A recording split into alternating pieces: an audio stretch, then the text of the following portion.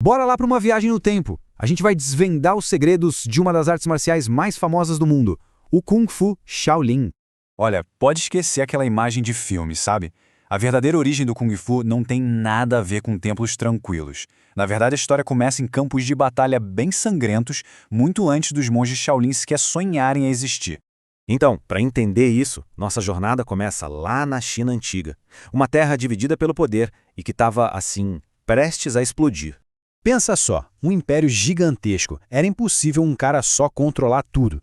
Então, o que os imperadores chineses fizeram? Eles dividiram o poder, deram terras e até exércitos para uns nobres locais governarem em nome deles.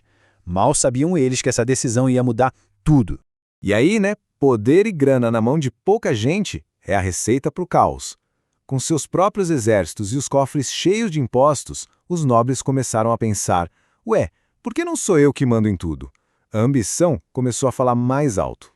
E essa tensão toda uma hora ia estourar. E estourou! Em 2674 a.C., vários desses nobres se juntaram e marcharam contra o imperador. Começava aí uma era de muita guerra e bagunça.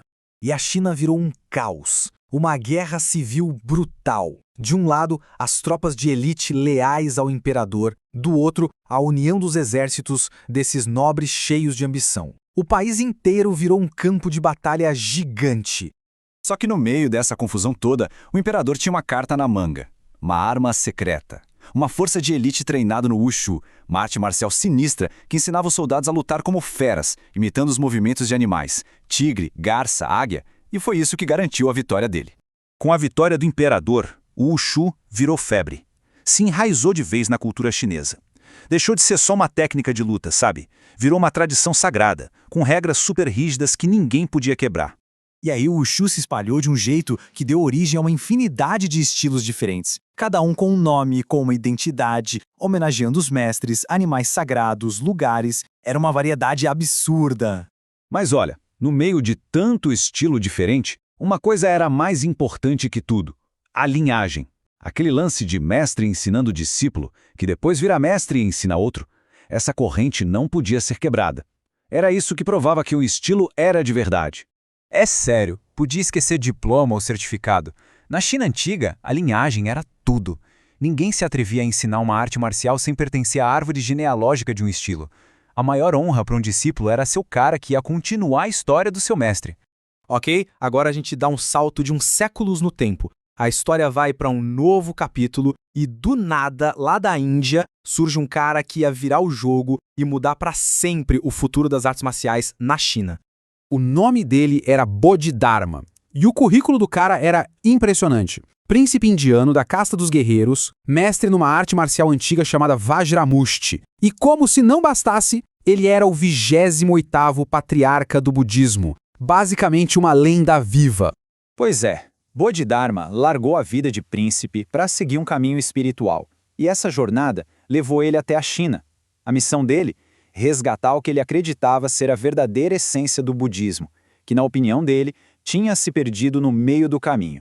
Só que a chegada dele na China não foi muito tranquila, não. Ele não foi recebido com festa. Pelo contrário, as ideias dele, que eram bem revolucionárias, bateram de frente com as tradições do império.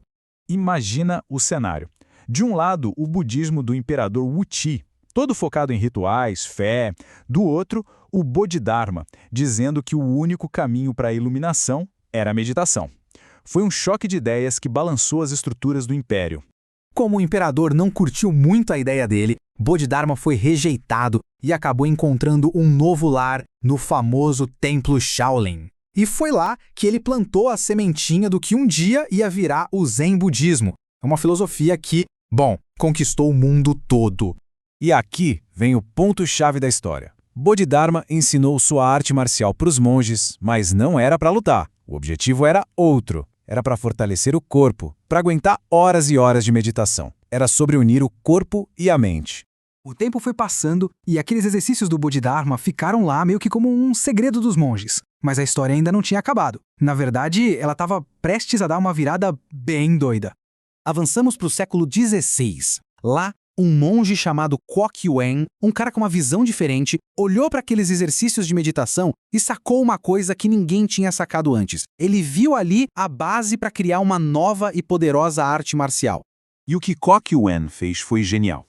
Ele foi tipo um alquimista. Ele pegou a base dos exercícios indianos, do Bodhidharma, que era mais espiritual, e misturou com os movimentos técnicos de vários estilos de Kung Fu que já existiam na China. Uma fusão perfeita. E foi dessa mistura, que parecia improvável, que nasceu uma lenda, o Kung Fu Shaolin. Um estilo que ia muito além das muralhas do templo e viraria um ícone no mundo todo.